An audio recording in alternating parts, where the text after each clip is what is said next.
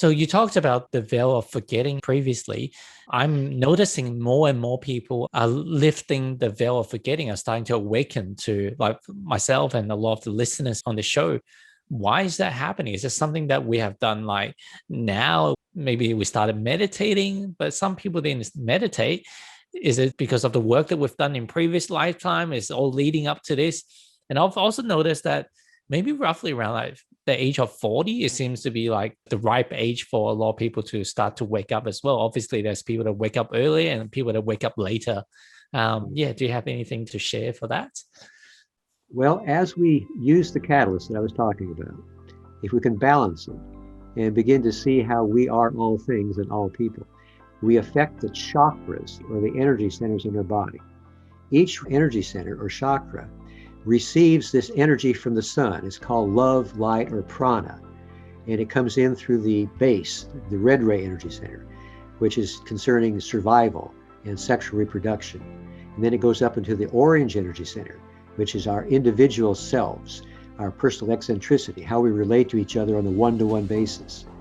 And then we go up to the yellow ray energy center, how we behave in groups, how we join together and for whatever purpose, hopefully positive purposes. And then the heart center is what we're really trying to open here so we can graduate to the fourth density.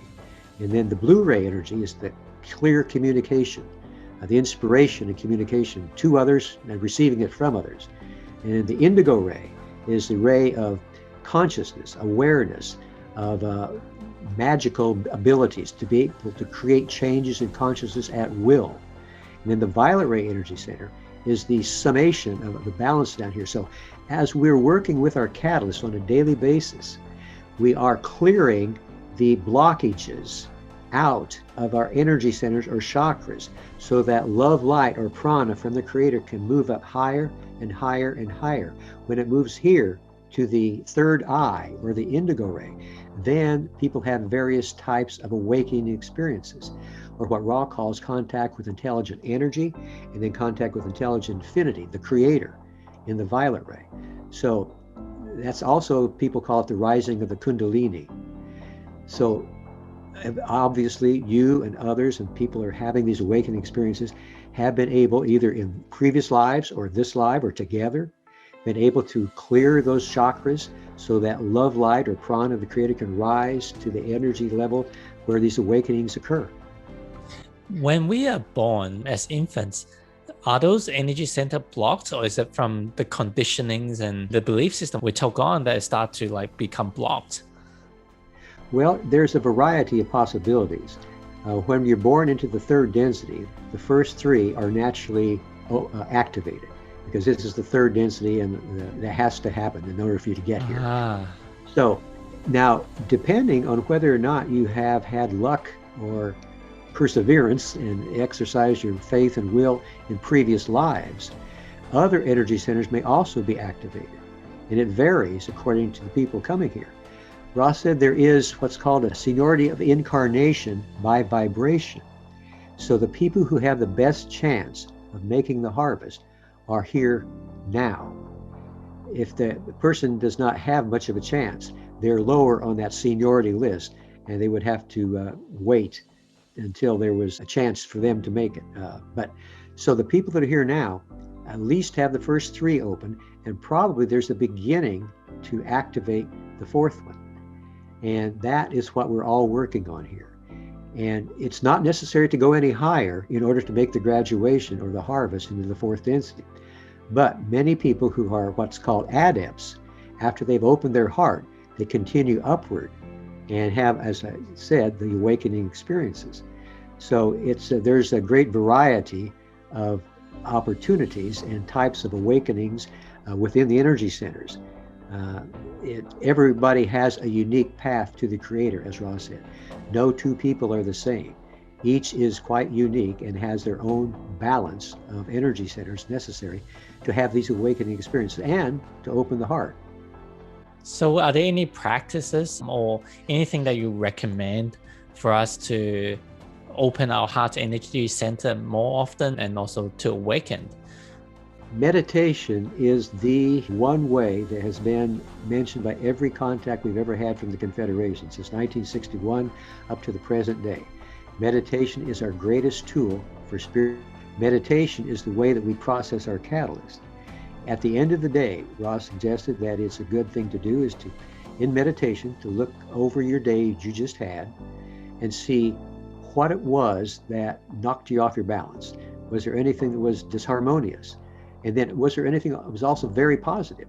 You balance both of those because you are all things. You are the creator. You're a 360-degree being. You have the light side, you have the dark side, you've got everything in you. So your catalyst shows you some of that. And if you can balance it, like if you're very impatient with somebody during the day, you're just so irritated, you're impatient, do this right, maybe with a child or whatever. At the end of the day, you take that impatience and you relive the experience. And then you allow that impatience to get ridiculously large and overtake your consciousness for a second. Then you allow, without creating it, you allow the opposite of that, patience, to come and get just as big, so that impatience is balanced with patience. And then you accept yourself as having both of those ways to know the creator contained within yourself. So you do that with everything: anger and frustration, jealousy, patience, doubt, every kind of emotional experience you have, positive and negative, during the day. You take that into your meditation and you try to balance it so that you become the creator. You see all of this whole panoply of experiences in your being. You are everything. You are the creator. And as you become to realize that more and more, that energy, as I said, moves up higher and higher in your chakras. And you hopefully at some point get to that heart chakra, where at least 51% of your thoughts, words, and deeds are directed towards being of service to others. So can you share a bit more about free will? Like, what is free will? Because we came here to learn, and from a lot of the esoteric knowledge is that there's certain life path and numerology and astrology, there's certain kind of path, that role that we're supposed to take in this lifetime. And we've also got free will.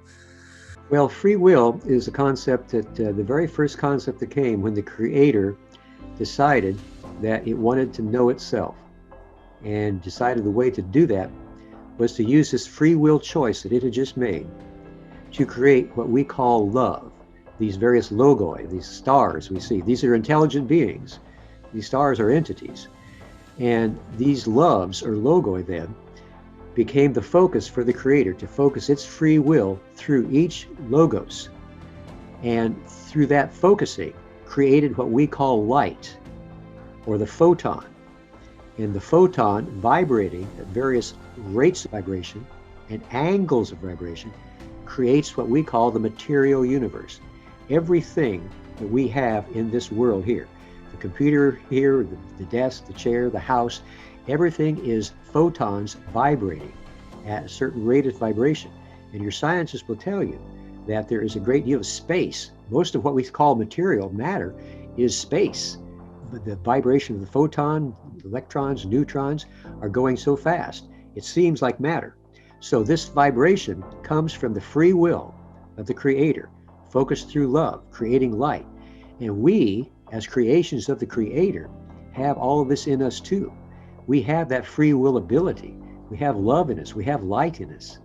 And we can use that free will, and it's hoped that we will use that free will to make choices of being of service to others, choices of being a conscious spiritual being, choices of using our catalyst every day, choices of growing and sharing, all these choices. We are free will beings, and we can do anything we want to with that. If we begin to focus it on spiritual growth, then we become conscious seekers, and we have a greater chance of making that harvest into the fourth density.